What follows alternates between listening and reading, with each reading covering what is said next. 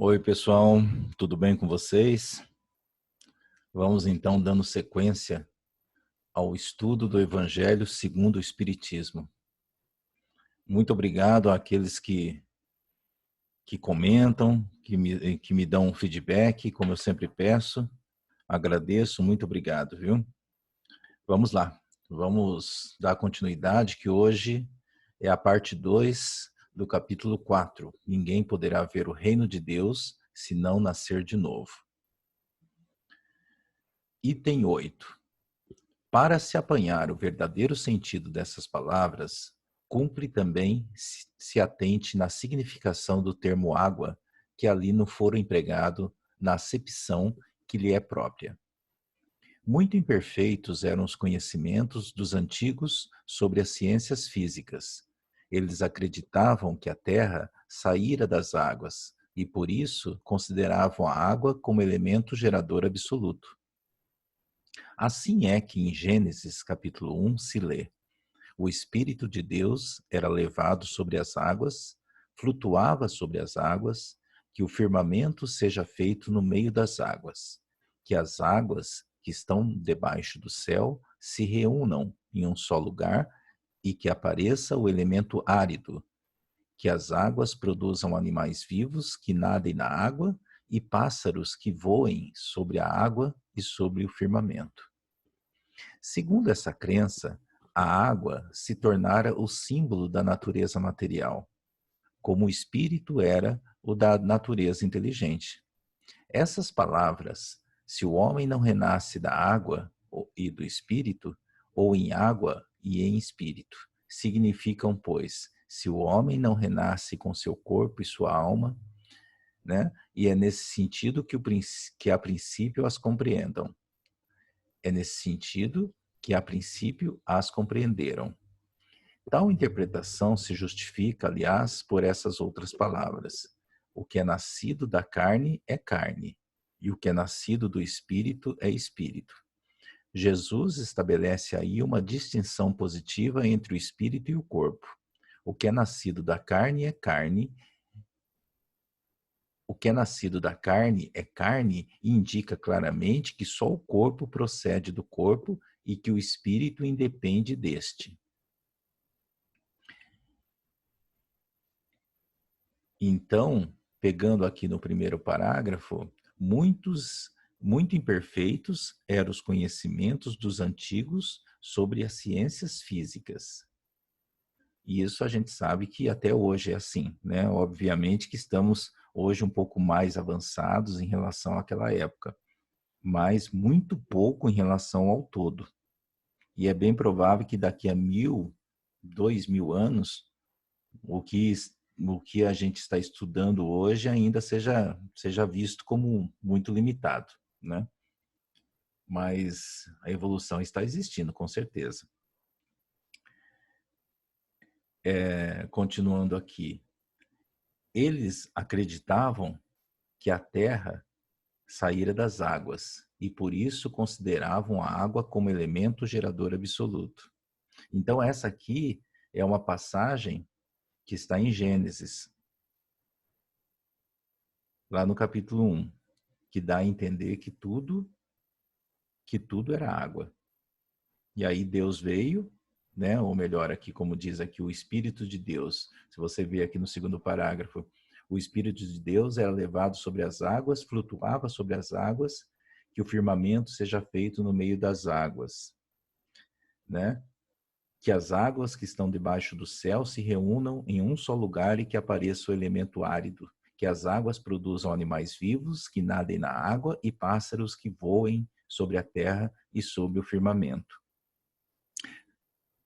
Vocês estão entendendo? Sobre essa ótica aqui, o que é entendido? É que de dentro da água se cria o peixe, se cria o animal, se cria tudo. Então seria, dentro dessa ótica, a água seria o princípio elementar do universo.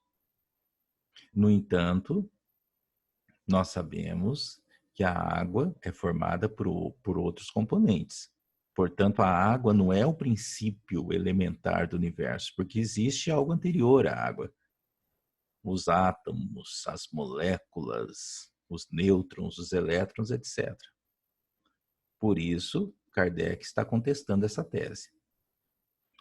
Terceiro parágrafo aqui, ó. Segundo essa crença, a água se tornara o símbolo da natureza material, como o espírito era da natureza inteligente.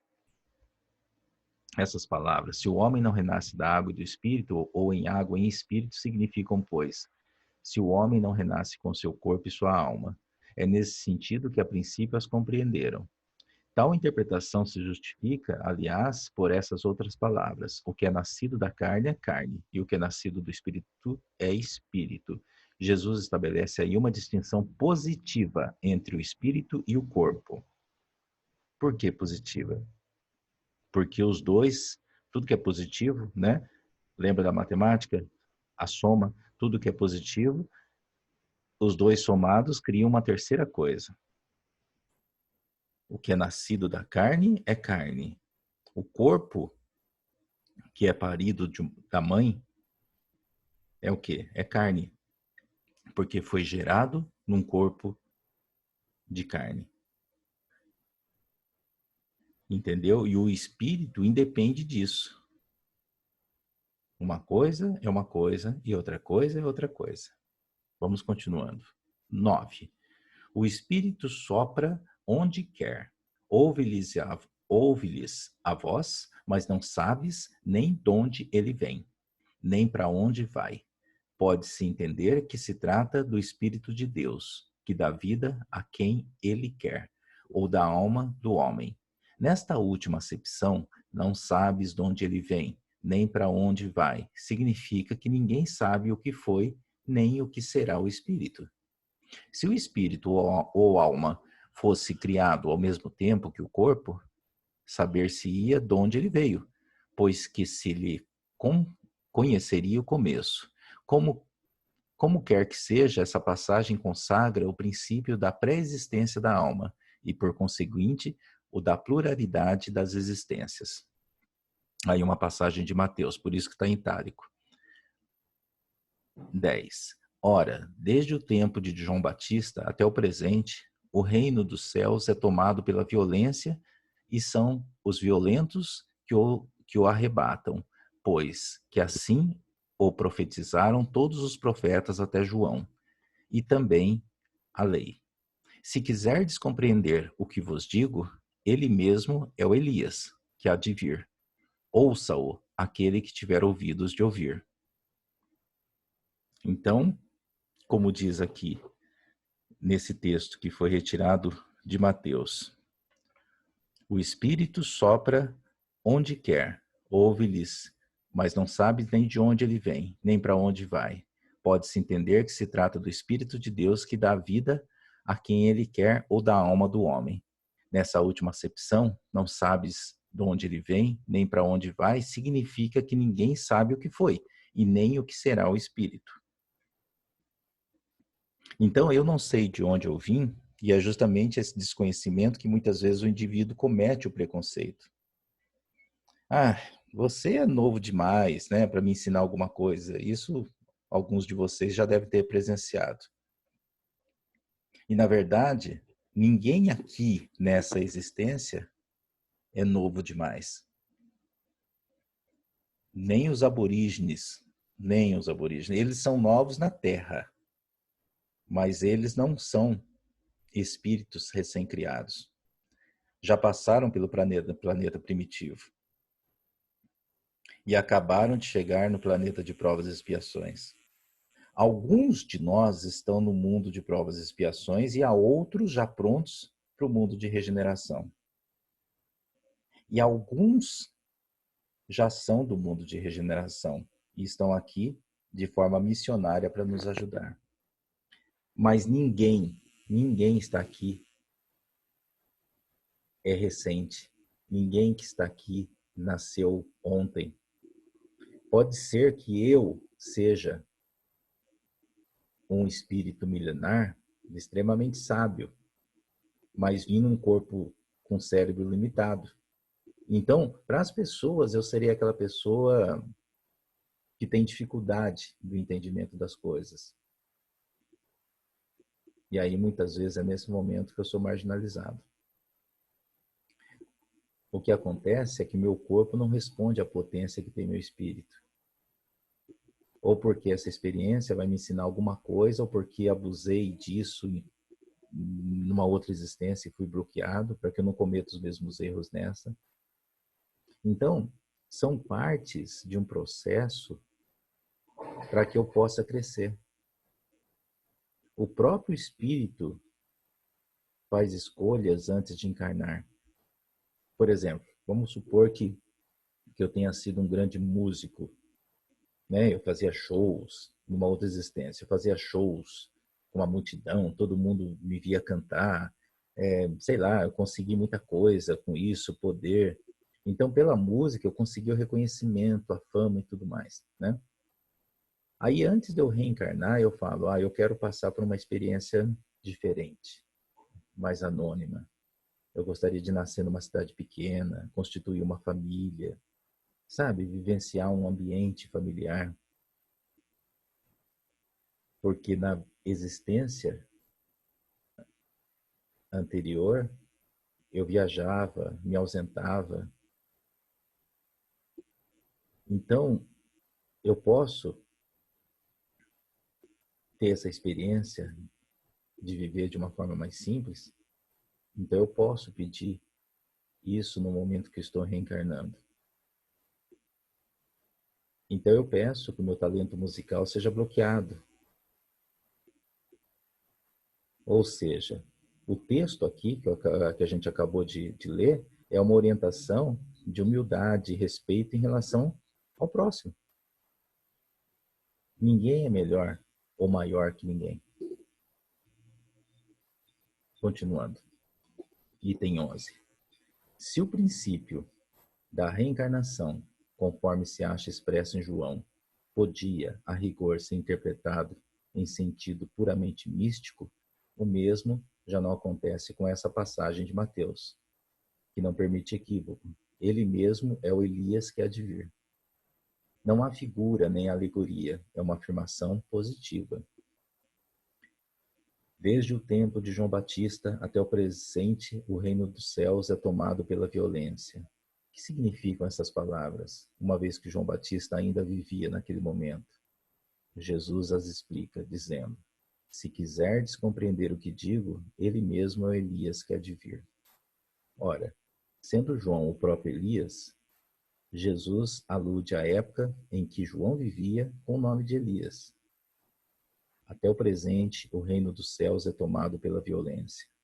Outra alusão à violência da lei mosaica, que ordenava o extermínio dos infiéis, para que os demais ganhassem a terra prometida. Paraíso dos hebreus, ao passo que, segundo a nova lei, o céu se ganha pela caridade e pela brandura. E acrescentou: ouça aquele que tiver ouvidos de ouvir. Essas palavras que Jesus tanto repetiu, claramente dizem que nem todos estavam em condições de compreender certas verdades. Então aqui ele está citando João como espírito de Elias. Ou seja, desde a época que João era Elias, isso está acontecendo. Isso o quê? O reino dos céus é tomado pela violência. Desde que Moisés assumiu aquele controle e colocou como Deus tivesse dito tudo aquilo, desde aquele momento, o céu é tomado pela violência. Ainda hoje, há pessoas que se dizem cristãs e ficam incentivando a violência. A pessoa vê determinadas coisas, seja num programa de TV, seja no jornal, fala assim: esse cara tem que morrer, tem que matar esse cara, né? Vocês devem ter visto algo assim. Aqui no final do texto. E acrescentou: ouça aquele que tiver ouvidos de ouvir. Essas palavras que Jesus tanto repetiu claramente dizem que nem todos estavam em condições de compreender certas verdades. É isso. Qual que é o nosso trabalho aqui? O nosso trabalho aqui é repetir Jesus, é propagar sua palavra, não é repetir Moisés. Eu acho que isso a gente já concluiu, né? Item 12. Aqueles do vosso povo a quem a morte foi dada, viverão de novo. Aqueles que estavam mortos em meio a mim, ressuscitarão. Despertai do vosso sono e entoai louvores a Deus. Vós que habitais no pó, porque o orvalho que cai sobre vós é um orvalho de luz, e porque arruinareis a terra e o reino dos gigantes. Isaías 26, 19. Item 13. É também muito explícita essa passagem de Isaías. Aqueles do vosso povo a quem a morte foi dada viverão de novo. Se o profeta houvera querido falar da vida espiritual, se houvera pretendido dizer que aqueles que tinham sido executados não estavam mortos em espírito, teria dito, ainda vivem, e não viverão de novo. No sentido espiritual, essas palavras seriam um contrassenso, pois que implicariam uma interrupção na vida da alma. No sentido da regeneração moral, seriam a negação das penas eternas, pois que estabelecem em princípio que todos os que estão mortos reviverão. Então, porque eles viverão de novo, é porque neste momento eles estão o quê? Mortos. E se eles estão mortos, esse período entre viver de novo e estar morto é uma interrupção na vida. É uma interrupção da vida, da alma, e nós sabemos que o espírito não morre. O espírito não desaparece. Né? Aqui no texto, no sentido de regeneração moral, seriam a negação, e aqui no final, todos que estão mortos reviverão. Pegaram aqui no final, no sentido da regeneração moral, seriam a negação das penas eternas, pois que estabelecem, em princípio, que todos que estão mortos reviverão. Então, se todos que estão mortos reviverão, eu posso fazer o que eu quiser, baseado na ótica daquelas pessoas? Nessa ótica não existe punição, porque se eu vou nascer de novo, não existe punição. Então, aqui Kardec pega não só na parte semântica, como na linguística. E ele vai trabalhando as palavras para mostrar que os pensamentos da época não eram muito diferentes aqui dos atuais.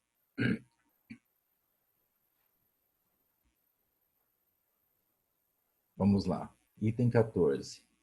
Aqui a gente vai pegar uma passagem do livro de Jó.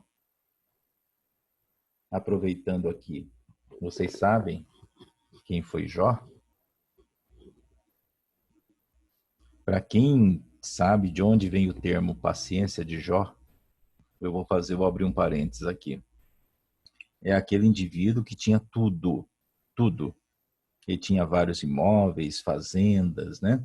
E no livro de Jó, diz que o diabo, né, chegou para Deus e falou assim, ó, sabe esse rapaz aí, esse Jó, é um homem de muita fé, né? Mas sabe que ele só tem tanta fé assim porque ele tem muita coisa. Ele só tem essa fé exagerada de ficar reverenciando tudo porque ele tem um padrão de vida maravilhoso. Então aí é fácil, né?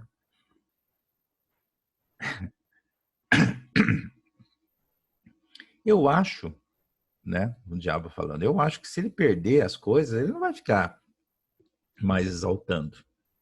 Ele não vai, ele vai parar de ficar exaltando o seu nome. E Deus responde, eu tenho certeza que ele é um homem de muita fé. Pode até tirar as coisas dele, que você vai ver que ele não vai desistir. Imagina o absurdo, né, da situação. Deus e o diabo brincando com o ser humano para ver até onde ele ia. Então Deus, no livro de Jó, permite que o diabo tire as coisas de Jó. E Jó perde a casa, as filhas dele morrem, o gado morre e ele continua louvando a Deus. E aí Jó perde os amigos e continua louvando a Deus. Aí Jó perde a saúde e continua louvando a Deus. E o diabo diz: é verdade, estava certo. E Deus aí, para premiar Jó por sua fé, devolve a ele o triplo do que ele tinha, né? E quando você vê pessoas acreditando num Deus assim, você entende porque tem certos indivíduos tão violentos no mundo, né? Porque acredita num Deus tão sádico, um Deus que fala, olha, você sofre bastante aí que eu te dou o triplo. É essa a história de Jó. Vamos lá, item 14. Mas quando o homem há morrido uma vez, quando seu corpo, separado do seu espírito, foi consumido, o que é feito dele? Tendo morrido uma vez, poderia o homem reviver de novo? Nessa guerra em que me acho todos os dias da minha vida, espero que chegue a minha mutação. Isso, então, foi tirado do livro de Jó, tradução de Lemaistre de Sassi. Aí tem outra tradução protestante aqui de Osterwald. Quando o homem morre, perde toda a sua força, expira. Depois, onde está ele? Se o homem morre, viverá de novo? Esperarei todos os dias do meu combate até que venha alguma mutação? E aqui, por último, uma versão da igreja grega. Quando o homem está morto, vive sempre, acabando os dias da minha existência terrestre. Esperarei, porquanto a ela voltarei de novo. Então você vê as diferentes traduções para a mesma coisa, né? São várias interpretações e a gente sabe que uma vírgula altera o sentido de uma frase toda. E é aqui que você vê o quanto que é difícil interpretar de fato o que aconteceu diante de tantas traduções diferentes. Isso aqui são alguns exemplos, né, que foi colocado aqui. Então, nessas três passagens trazidas aqui do mesmo capítulo, do mesmo versículo do livro de Jó, você já percebe as versões diferenciadas, né? Item 15. Nessas três versões que acabamos de ver, o princípio da pluralidade das existências se acha claramente expresso. Ninguém poderá supor que Jó haja querido falar da regeneração pela água do batismo que ele de certo não conhecia. Tendo o homem morrido uma vez, poderia reviver de novo? A ideia de morrer uma vez e de reviver implica a de morrer e reviver muitas vezes. A versão da igreja grega ainda é mais explícita, se é que isso é possível. Acabando os dias da minha existência terrena, esperarei, porquanto a ela voltarei. Ou voltarei à existência terrestre. Isso é tão claro como se alguém dissesse: saio da minha casa, mas a ela retornarei. Nessa guerra em que me encontro todos os dias de minha vida, espero que se dê a minha mutação. Jó, evidentemente, pretendeu referir-se à luta que sustentava contra as misérias da vida. Espera sua mutação, isso é, resigna-se. Na versão grega, esperarei parece aplicar-se preferentemente a uma nova existência. Olha só, quando a minha existência estiver acabada, esperarei, porquanto a ela voltarei. Jó, como se coloca após a morte, no intervalo que separa uma existência de outra, e diz que lá aguardará o momento de voltar. Certo? Então, nessas três versões, aqui o primeiro parágrafo, o princípio da pluralidade das existências se acha claramente expresso. Ninguém poderá supor que Jó haja querido falar da regeneração pela água do batismo que ele de certo não conhecia. Por que que ele de certo não conhecia? Porque Jó é Velho Testamento, entendeu? É algo anterior. Item 16. Não há, pois, duvidar de que, sob o nome da ressurreição, o princípio da reencarnação era ponto de uma das crenças fundamentais dos judeus. Ponto que Jesus e os profetas confirmaram de modo formal, donde se segue que negar a reencarnação é negar as palavras de Cristo. Um dia, porém, suas palavras, quando forem meditadas, sem ideias preconcebidas, reconhecer-se-ão autorizadas, quanto a esse ponto, bem como em relação a muitos outros. A essa autoridade, do ponto de vista religioso, se adita do ponto de vista filosófico, a das provas que resultam da observação dos fatos. Quando se trata de remontar dos efeitos às causas, a reencarnação surge como de necessidade absoluta, como condição inerente à humanidade. Numa palavra, como lei da natureza. Pelos seus resultados, ela se evidencia de modo, por assim dizer, material, da mesma forma que o motor oculto se revela pelo movimento. Só ela pode dizer ao homem de onde ele vem, para onde vai, por que está na Terra, e justificar todas as anomalias e todas as aparentes injustiças que a vida apresenta. Sem o princípio da preexistência da alma e da pluralidade das existências, são ininteligíveis, em sua maioria, as máximas do Evangelho, razão porque hão dado lugar a tão contraditórias interpretações. Está nesse princípio a chave que lhe restituirá o sentido verdadeiro. Então, o que Kardec diz é o seguinte: quando fizeram as interpretações lá do Evangelho, como não levavam o conceito da reencarnação em conta, mas levava que havia inferno, que havia céu, ou que a pessoa ia dormir para sempre, ou que havia o nada, então não faz sentido. Entenderam? Então ele diz assim, quando você absorve o conceito da reencarnação, pega ele e volta a ler o Evangelho, tendo esse conceito como norte, aí você consegue desbloquear e tudo começa a fazer sentido. O que tornou difícil o entendimento do Evangelho foi o quê? Foi justamente a não aceitação da reencarnação. Então, por isso, quanto nós crescemos em conhecimento, estudando, se aprofundando, principalmente o Kardec, ele faz a gente enxergar de uma forma mais ampla, porque a gente consegue conceber ferramentas novas. Então, o que eu falo, continuem estudando, continuem pesquisando, seja curioso, você assim vai desbloqueando novos conteúdos. Você vai abrindo um pouco a sua mente. E aí tem a nota de Kardec. Aqui embaixo, ó, nota de Kardec. Veja-se para os desenvolvimentos do dogma da reencarnação. O Livro dos Espíritos, capítulo 4 e 5. O que é o Espiritismo, capítulo 2, por Allan Kardec. E Pluralidade das Existências, por Pesani. Então, aqui Kardec, o que ele está colocando? Busque nesses livros as informações, né, que poderão complementar seu conhecimento.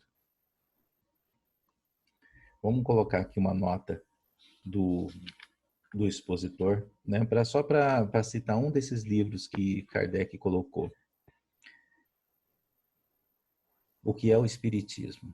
A morte é apenas a destruição do envoltório corporal que a alma abandona, como faz a borboleta com a crisálida, conservando, porém, seu corpo fluídico ou perispírito.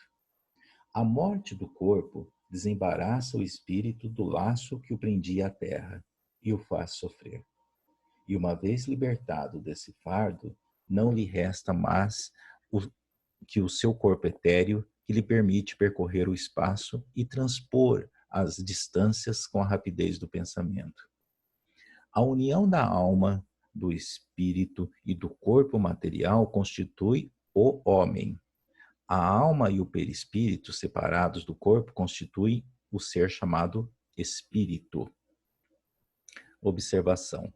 A alma é assim um ser simples, o espírito um ser duplo e o homem um ser triplo. Seria mais exato reservar a palavra alma para designar o princípio inteligente e o termo espírito para o ser semimaterial formado desse princípio e do corpo fluídico. Mas como não se pode conceber o princípio inteligente isolado da matéria, nem o perispírito sem ser animado pelo princípio inteligente, as palavras alma e espírito são, no uso, indiferentemente empregadas uma pela outra. É a palavra que consiste em tomar a parte pelo todo. Do mesmo modo, porque se diz que uma cidade é povoada de tantas almas, uma vila composta de tantas famílias. Filosoficamente, porém, é essencial fazer-se a diferença. Complexo, né? Vamos tentar colocar isso aqui em outras palavras. Ele divide assim: a alma seria o espírito na sua existência imaterial. Só que esse espírito, para que possa atuar sobre a matéria, ele precisa de uma ligação com outro corpo semimaterial. Que é o quê? Que é um perispírito. Então, quando essa alma se liga ao perispírito, ele forma o espírito. Estão acompanhando? Então, quando a gente diz que enxergamos um espírito, ele é uma alma vinculada a um perispírito. Ok?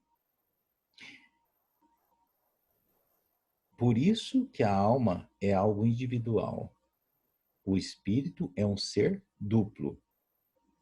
E o homem é um ser triplo. Porque quando essa alma se junta ao perispírito e ambos se juntam ao corpo físico, você tem o quê? O homem. Alma, perispírito e o corpo material. Então, é por isso que a gente fala que o homem é um ser triplo. Então, o que ele diz? Sem o homem, eu posso ter o perispírito e a alma. Mas a alma sem o perispírito, eu tenho o quê? Só a alma. Só que a alma, sendo imaterial, eu não tenho como relacioná-la a nada que é material. Nada que há no mundo. Portanto, ela não vai crescer. Se eu não consigo ter uma coisa nem a outra, e não existe o perispírito sem o princípio inteligente, que é a alma, então podemos até concluir que as duas coisas são o quê? Uma coisa só. E o exemplo que ele dá, que eu achei maravilhoso, é o seguinte: quando eu digo para você que eu venho de tal cidade, eu não preciso dizer que nessa cidade há outras pessoas. Porque se não houvesse, não seria uma cidade, né? Então, eu vim de tal cidade. A pessoa não vai perguntar, mas tem mais gente lá? Porque ela sabe, se eu estou falando que eu vim de tal cidade, ela sabe que lá é uma cidade, tem várias pessoas. Então, essa é uma questão técnica, e nesse livro, que é o Espiritismo, ele deixa bem claro. Então, quando eu falo espírito, eu já estou englobando o princípio inteligente. Já estou englobando o perispírito, sem a necessidade do corpo material. Ok? Quando eu falo o homem, eu já estou incluindo o corpo físico nesse processo. A reencarnação seria a conexão do espírito com um novo corpo físico. Por isso que ele reencarna. Ele vai para a carne de novo, ele reencarna. Quando ele desencarna, ele deixa a carne. Em todo esse processo, o espírito não se anula, o espírito nunca morre. Só o corpo físico é que deteriora e morre. É isso, meus amigos. Até a próxima semana, no nosso próximo encontro, que será a parte 3 do capítulo 4. Que Deus abençoe a todos e uma ótima semana.